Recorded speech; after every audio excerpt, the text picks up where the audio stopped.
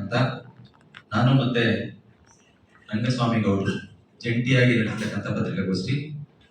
ಈ ಪತ್ರಿಕಾಗೋಷ್ಠಿನಲ್ಲಿ ಮಾಜಿ ನಗರ ಪಾಲಿಕೆ ಸದಸ್ಯರಾದಂತಹ ಶ್ರೀ ವಿಶ್ವನಾಥ್ ಕಾಶಿ ಅವರು, ಪಕ್ಷದ ಮುಖಂಡರಾಗಿರ್ತಕ್ಕಂಥ ಜ್ಯೋತಿ ಅಲ್ಲಪ್ಪನವರು, ಸತೀಶ್ ಅವರು ಮತ್ತು ಜಗದೀಶ್ ಅವರು, ಹಾಗೆಯೇ ಮಹೇಶ್ ಅವರು, ಮಹಾಲಿಂಗೇಗೌಡರು ಮತ್ತು ನಮ್ಮ ಕುಮಾರ್ ಅವರು ಈ ಪತ್ರಿಕಾಗೋಷ್ಠಿಯಲ್ಲಿ ಉಪಸ್ಥಿತಿದ್ದಾರೆ.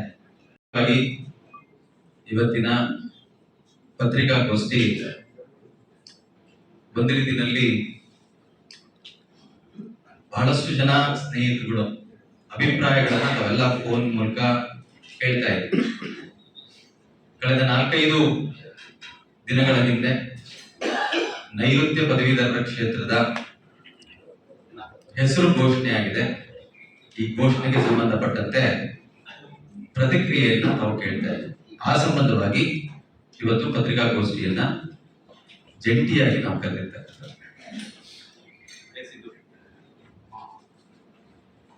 ಪ್ರಥಮವಾಗಿ ತಮ್ಮೆಲ್ಲರಿಗೂ ಕೂಡ ಒಂದು ಸರ್ಕ್ಯುಲೇಷನ್ ಅನ್ನ ಕೊಡ್ತಾ ಇದ್ದೇನೆ. ಕರ್ನಾಟಕ ಪ್ರದೇಶ ಕಾಂಗ್ರೆಸ್ ಸಮಿತಿಯ ಗೌರವಾನ್ವಿತ ಅಧ್ಯಕ್ಷರಲ್ಲಿ ನಾನು ಹೋಗಿ ಮನವಿ ಮಾಡಿ ನೈಋತ್ಯ ಪದವೀಧರ ಕ್ಷೇತ್ರಕ್ಕೆ ಈಗಾಗಲೇ ಘೋಷಣೆ ಮಾಡಿರ್ತಕ್ಕಂಥ ಹೆಸರನ್ನ ಬದಲಾಯಿಸಿ ಪಕ್ಷದ ಕಾರ್ಯಕರ್ತನಾಗಿರ್ತಕ್ಕಂಥ ಮತ್ತು ಪಕ್ಷದ ಮುಖಂಡರಾಗಿ ಇರ್ತಕ್ಕಂಥವರಿಗೆ ನಮಗೆ ಅವಕಾಶವನ್ನು ಕಲ್ಪಿಸಬೇಕು ಅಂತಕ್ಕಂಥ ಮನವಿಯನ್ನ ಮಾನ್ಯ ಕೆಪಿಸಿಸಿ ಅಧ್ಯಕ್ಷರಿಗೆ ಈಗ ನಾನು ತಲುಪಿಸಿದ್ದೇನೆ. ಮೊನ್ನೆ ಕೆಪಿಸಿಸಿ ಅಧ್ಯಕ್ಷರನ್ನ ಪಕ್ಷದ ಕಾರ್ಯಾಲಯದಲ್ಲೇ ಭೇಟಿ ಮಾಡಿ ಸ್ವತಃ ಅವರಿಗೆ ನೇರವಾಗಿ ಈ ಒಂದು ನನ್ನ ಮನವಿಯನ್ನ ಸಲ್ಲಿಸಿದ್ದೇನೆ. ಸುಮಾರು 5 ಪುಟಗಳ ಮನವಿ ಇದೆ. ತಮ್ಮೆಲ್ಲರಿಗೂ ಕೂಡ ಮನವಿನಲ್ಲಿ ಸಂಪೂರ್ಣ ಮಾಹಿತಿಯನ್ನ ನಾನು ತಿಳಿಸಿದ್ದೇನೆ. ಒಂದು, ನಮ್ಮ ಪಕ್ಷದ ದುರಂತವೇನೋ ಗೊತ್ತಿಲ್ಲ, ಬಹಿರಂಗವಾಗಿ ಪತ್ರಿಕಾಗೋಷ್ಠಿಗಳಲ್ಲಿ, ಸಭೆಗಳಲ್ಲಿ ನನ್ನ ಓಟು ಈಶ್ವರಪ್ಪನವರಿಗೆ ಅಂತ ಹೇಳೋ ವ್ಯಕ್ತಿಗೆ ಕಾಂಗ್ರೆಸ್ಸಿನ ಅಭ್ಯರ್ಥಿತನವನ್ನ ಘೋಷಣೆ ಮಾಡ್ತಾರೆ ಅಂತಂದ್ರೆ ನನಗೆ ಅತ್ಯಂತ ಆಶ್ಚರ್ಯ ಆಗ್ತದೆ. ಬಹುಶಃ ತಮ್ಗೆಲ್ಲರಿಗೂ ಗೊತ್ತಿದೆ, ಈಶ್ವರಪ್ಪನವ್ರನ್ನ ತಾಕತ್ತಿದ್ರೆ ನೀನ್ ಚುನಾವಣೆ ನಿಲ್ಲು, ನಿನ್ ಶಕ್ತಿ ತೋರಿಸು, ನಿನ್ ತಾಕತ್ತಿದೆಯಾ ಅಂತೇಳಿ ಕಿಚಾಯಿಸಿ ಅವ್ರನ್ನ ಚುನಾವಣೆಗೆ ನಿಲ್ಲೋ ರೀತಿನಲ್ಲಿ ಮಾಡಿದ್ರು. ನಮ್ಮ ಕಾಂಗ್ರೆಸ್ ಪಕ್ಷದ ಲೋಕಸಭಾ ಅಭ್ಯರ್ಥಿಗೆ ಈಶ್ವರಪ್ಪನವರು ಟಾರ್ಗೆಟು ಅಲ್ಲ, ಈಶ್ವರಪ್ಪನವರು ಎದುರಾಳಿನೂ ಅಲ್ಲ.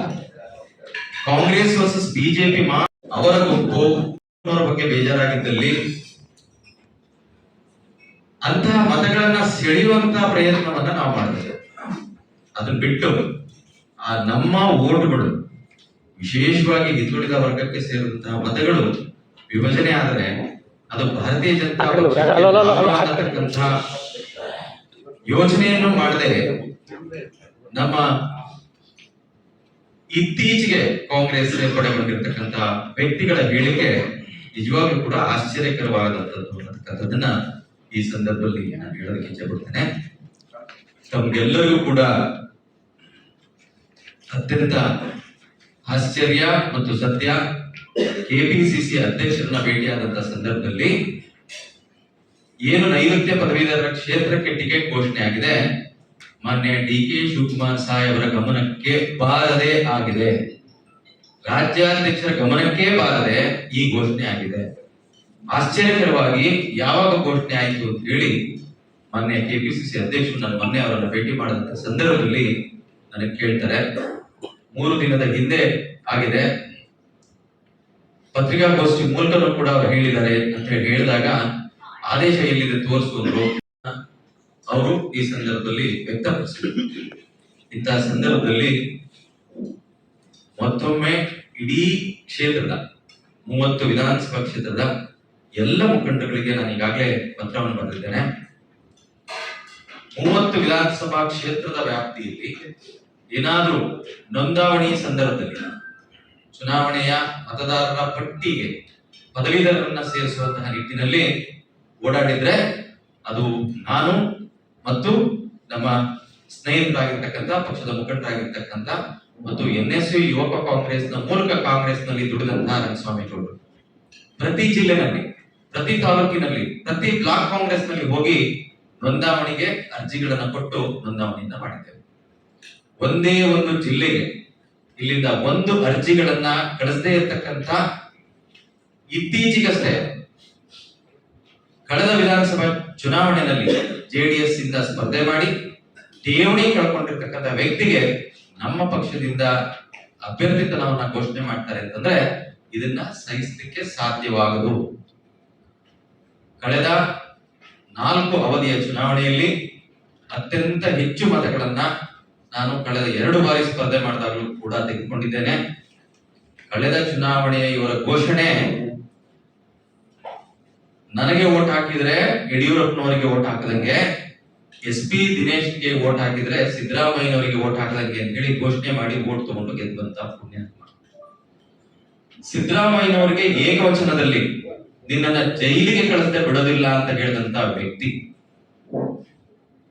ಗಾಂಧಿಯನ್ನ ಕೊಂದಿದ್ದು ಗೋಡ್ಸೆ ಅನ್ನುವಂಥದ್ದನ್ನ ಅಫಿಡವಿಟ್ ಹಾಕಿದ್ರೆ ನಿನ್ನನ್ನ ಜೈಲಿಗೆ ಕಳಿಸ್ತೀನಿ ಅಂತೇಳಿ ಸಿದ್ದರಾಮಯ್ಯನವರ ಮೇಲೆ ತೊಡೆತಟ್ಟಿದ ವ್ಯಕ್ತಿ ಇವತ್ತು ಗಾಂಧಿ ಪ್ರಿಯರೋ ಗೋಡ್ಸೆ ಪ್ರಿಯರೋ, ಇವರ ಪರವಾಗಿ ಕಾಂಗ್ರೆಸ್ಸಿನ ಮತಗಳು ಹೇಗೆ ಇವರಿಗೆ ನಾವು ನೀಡಬೇಕು ಅಥವಾ ನಾವು ಇವರ ಪರವಾಗಿ ಹೇಗೆ ಪ್ರಚಾರ ಮಾಡಬೇಕು ಅನ್ನತಕ್ಕಂಥದ್ದು ಈ ಸಂದರ್ಭದಲ್ಲಿ ಅತ್ಯಂತ ಮುಖ್ಯವಾಗಿರ್ತಕ್ಕಂಥದ್ದು. ಸಂಪೂರ್ಣ ಮಾಹಿತಿಯನ್ನ ಮಾನ್ಯ KPCC ಅಧ್ಯಕ್ಷರಿಗೆ ನನ್ನ ಪತ್ರ ಮುಖೇನ ತಿಳಿಸಿದ್ದೇನೆ. ಸಂಪೂರ್ಣವಾಗಿ ಆ ಮಾಹಿತಿಯನ್ನ KPCC ಅಧ್ಯಕ್ಷರಿಗೆ ನಾನು ತಿಳಿಸಿದ್ದೇನೆ. ಅತ್ಯಂತ ಆಶ್ಚರ್ಯವನ್ನ ಕೂಡ ಅವರು ವ್ಯಕ್ತಪಡಿಸಿದರು.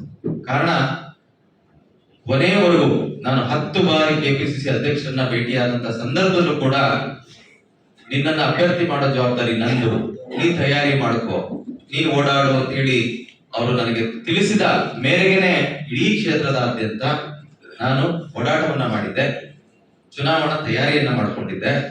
ಪ್ರತಿಯೊಬ್ಬ ಮತದಾರರಿಗೆ ಪತ್ರ ಮುಖೇನ ಮತ್ತು ನೇರವಾಗಿ ನಾನು ಅವರನ್ನ ಭೇಟಿ ಮಾಡಿದೆ. ಇಂತಹ ಸಂದರ್ಭದಲ್ಲಿ ಪ್ರತಿಯೊಬ್ಬ ಮತದಾರರಿಗೆ ಒಂದು ಐಡೆಂಟಿಟಿ ಕಾರ್ಡ್ ಅನ್ನ, ಪದವೀಧರರ ಕ್ಷೇತ್ರದ ಏನು ಪಾರ್ಟ್ ನಂಬರ್, ಸೀರಿಯಲ್ ನಂಬರ್ ಇರುತ್ತೆ, ಅದರ ID ಕಾರ್ಡ್ ಅನ್ನ ಕೂಡ ಮಾಡಿ ಅಷ್ಟು ಜನರಿಗೂ ಕೂಡ ತಲುಪಿಸ್ತಕ್ಕಂಥ ಕೆಲಸವನ್ನ ಮಾಡಿದ್ದೇನೆ. ಈ ನಿಟ್ಟಿನಲ್ಲಿ ಅಭ್ಯರ್ಥಿಯನ್ನ ಬದಲಾವಣೆ ಮಾಡಿದ್ರೆ ಮತದಾರರಲ್ಲಿ ಗೊಂದಲಾಗ್ತದೆ. ಬಹುಶಃ ಮತದಾರರ ಅಭಿಪ್ರಾಯವನ್ನ ಸಂಗ್ರಹಣೆ ಮಾಡಬೇಕು. ಇಡೀ ಕ್ಷೇತ್ರದ ಆದ್ಯಂತ ಪ್ರತಿಯೊಬ್ಬ ಮತದಾರರ ಮತ್ತು ಮುಖಂಡರುಗಳ ಅಭಿಪ್ರಾಯವನ್ನ ಸಂಗ್ರಹಿಸಿ ಸರ್ವೆ ಮಾಡಿ ಈ ಟಿಕೆಟ್ ಅನ್ನ ಘೋಷಣೆ ಮಾಡಬೇಕು. ಘೋಷಣೆ ಮಾಡಿರ್ತಕ್ಕಂತಹ ಟಿಕೆಟ್ ಅನ್ನ ತಡೆ ಹಿಡಿಬೇಕು ಅನ್ನತಕ್ಕಂತಹ ಮನವಿಯನ್ನ KPCC ಅಧ್ಯಕ್ಷರಿಗೆ ನಾನು ಮಾಡಿದ್ದೇನೆ. ಈ ನಿಟ್ಟಿನಲ್ಲಿ ಪೂರಕವಾದಂತಹ ಒಂದು ಫಲಿತಾಂಶ ಬರಬಹುದು ಅನ್ನತಕ್ಕಂತಹ ನಿರೀಕ್ಷೆಯಲ್ಲಿ ನಾನಿದ್ದೇನೆ. ಹಾಗಾಗಿ ಬಹಳಷ್ಟು ಜನ ಪತ್ರ ಇದ್ದೀವಿ, ಬದಲಾವಣೆ ಆಗುತ್ತೆ ಅನ್ನತಕ್ಕಂಥ ಆಶಾಭಾವನೆ ನಮ್ಮಲ್ಲಿದೆ.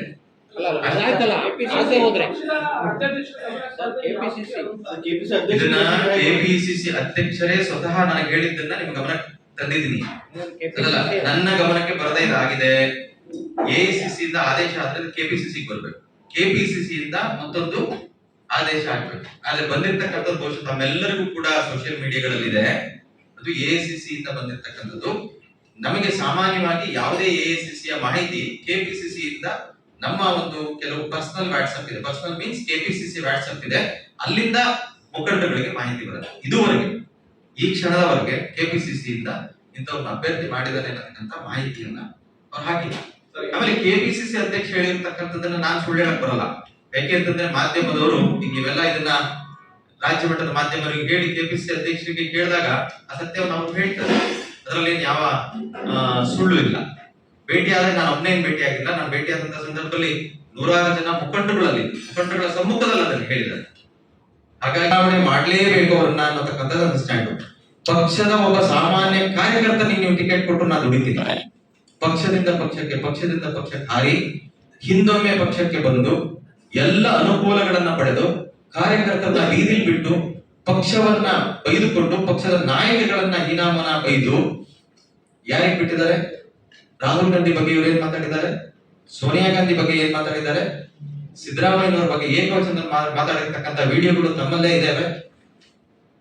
ಡಿ ಕೆ ಶಿವಕುಮಾರ್ ಸಾಹೇಬ್ರ ಬಗ್ಗೆ ಏನ್ ಮಾತಾಡಿದ್ದಾರೆ, ಲಕ್ಷ್ಮಿ ಹೆಬ್ಬಾಳ್ಕರ್ ಮೇಡಮ್ ಬಗ್ಗೆ ಏನ್ ಮಾತಾಡಿದ್ದಾರೆ. ಇಂಥವ್ರನ್ನ ಇಂತಹ ವಿಡಿಯೋಗಳು ಸೋಷಿಯಲ್ ಮೀಡಿಯಾಗಳ ಹರಿದಾಡ್ತಿರ್ಬೇಕಾದ್ರೆ ಕಾಂಗ್ರೆಸ್ ಕಾರ್ಯಕರ್ತರ ಅಥವಾ ಕಾಂಗ್ರೆಸ್ ಪರ ಮತದಾರರ ಬಳಿ ಹೋಗಿ ನೀವು ಇಂಥವ್ರಿಗೆ ಓಟ್ ಹಾಕಿ ಅಂತಂದ್ರೆ ಆ ಓಟ್ಗಳು ಬರತ್ತಾ? ಈ ಚುನಾವಣೆ ಗೆಲ್ಲಬೇಕು ಅಂತ ಮಾಡ್ತಕ್ಕಂಥದ್ದು ಯಾವ ಸ್ವಾರ್ಥಕ್ಕೋಸ್ಕರ ಅವರನ್ನ ಅಭ್ಯರ್ಥಿ ಮಾಡ್ತಕ್ಕಂಥದ್ದು ಅನ್ನೋದು ನನ್ನ ಪ್ರಶ್ನೆ. ಹಾಗಾಗಿ ಯಾವುದೇ ಕಾರಣಕ್ಕೂ ಅವರು ಅಭ್ಯರ್ಥಿಗಳಾಗಿದ್ರೆ ಕಾಂಗ್ರೆಸ್ಸಿನ ಯಾವೊಬ್ಬ ಕಾರ್ಯಕರ್ತರು ಅವ್ರ ಪರವಾಗಿ ಕೆಲಸ ಮಾಡುವಂತ ಮಾನಸಿಕವಾದಂತಹ ಸ್ಥಿತಿಯನ್ನ ಹೊಂದಿಲ್ಲ. ಹಾಗಾಗಿ ಅದನ್ನ ಬದಲಾವಣೆ ಮಾಡಲೇಬೇಕು. ಇದೆಲ್ಲ ಗೊತ್ತಿರುವಂತ ವಿಷಯ ನಿಮಗೆ ಮಾಡಿದ್ದಾರೆ. ಆ ಸಂದರ್ಭದಲ್ಲಿ ನಾನು ಬಹಳಷ್ಟು ಜನ ನಾಯಕರುಗಳನ್ನು ಭೇಟಿ ಮಾಡಿದಾಗ ಇಲ್ಲ ಅವರಿಗೆ ಟಿಕೆಟ್ ಕೊಡುವಂತ ಯೋಚನೆ ನಮ್ದಿಲ್ಲ ಅಂತ ಹೇಳಿದ್ರು. ಕೆಪಿಸಿಸಿ ನಲ್ಲಿ ಸಭೆ ಕರೆದಿದ್ರು, ಬಹುಶಃ ರಂಗಸ್ವಾಮಿ ಗೌಡರು ಆ ಸಭೆನಲ್ಲಿದ್ರು. ಡಿ ಕೆ ಶಿವಕುಮಾರ್ ಸಾಹೇಬರು ನೇರವಾಗಿ ಆಮೇಲೆ ಮಂಜುನಾಥ್ ಅವ್ರಿಗೆ ಹೇಳಿದ್ರು, ಪಕ್ಷದಲ್ಲಿ ಯಾರಿಗೆ ಟಿಕೆಟ್ ಕೊಟ್ಟರು ನೀವು ಕೆಲಸ ಮಾಡಬೇಕು ಅಂತ ಹೇಳಿ ಆಯ್ತು ಅಂತ ಒಪ್ಕೊಂಡಿದ್ರು. ಕಳೆದ ವಿಧಾನಸಭಾ ಚುನಾವಣೆಯಲ್ಲಿ ಜೆಡಿಎಸ್ ಇಂದ ಸ್ಪರ್ಧೆ ಮಾಡಿ ಕಾಂಗ್ರೆಸ್ಸಿನ ಅಭ್ಯರ್ಥಿಗಳಿಗೆ ತೊಂದರೆ ಮಾಡ್ತಕ್ಕಂಥದ್ದು, ಕಾಂಗ್ರೆಸ್ ಅಭ್ಯರ್ಥಿ ಸೋಲೋ ರೀತಿಯಲ್ಲಿ ವಾತಾವರಣವನ್ನ ಕ್ರಿಯೇಟ್ ಮಾಡೋದು, ಒಂದ್ ಕಡೆಯಲ್ಲಿ ಬಿಜೆಪಿಗೆ ಸಪೋರ್ಟ್ ಮಾಡುವಂಥದ್ದು. ಇಲ್ಲಿ ಬಂದು ಸುಮ್ಮನಿದ್ದಂತಹ ಈಶ್ವರಪ್ಪನವ್ರನ್ನ ಏನೋ ಸಮಾಧಾನ ಮಾಡ್ಕೊಂಡು ಇರ್ತಿದ್ರೋ ಏನೋ, ಅವರನ್ನ ಕಿಚಾಯಿಸಿ ತಾಕತ್ತಿದ್ರೆ ಚುನಾವಣೆ ನಿಲ್ಲು ಅಂತ ಹೇಳಿ ಅವ್ರಿದ್ರೆ ಅದು ಕಾಂಗ್ರೆಸ್ಗೆ ಡ್ಯಾಮೇಜ್ ಅಲ್ವಾ? ಇದನ್ನ ಆಲೋಚನೆ ಮಾಡುವಂತದ್ದು 4 ಸಾಂವಿಧಾನಿಕ ಮನೆಗಳಿಗೆ ಹೋಗಿರ್ತಕ್ಕಂಥ ವ್ಯಕ್ತಿಗಳಿಗೆ ಗೊತ್ತಿರಲ್ವಾ? ಬಹಳಷ್ಟು ಕಡೆ ನಡೆದಿದೆ, ತಡೆ ಹಿಡಿದಿದ್ದಾರೆ. ಬಿ ಫಾರ್ಮ್ ಕೊಟ್ಟಾದ್ಮೇಲೆ ಸಿ ಫಾರ್ಮ್ ಕೊಟ್ಟಿರುವಂತ ಉದಾಹರಣೆಗಳಿದಾವೆ, ನಡೆದಿದೆ.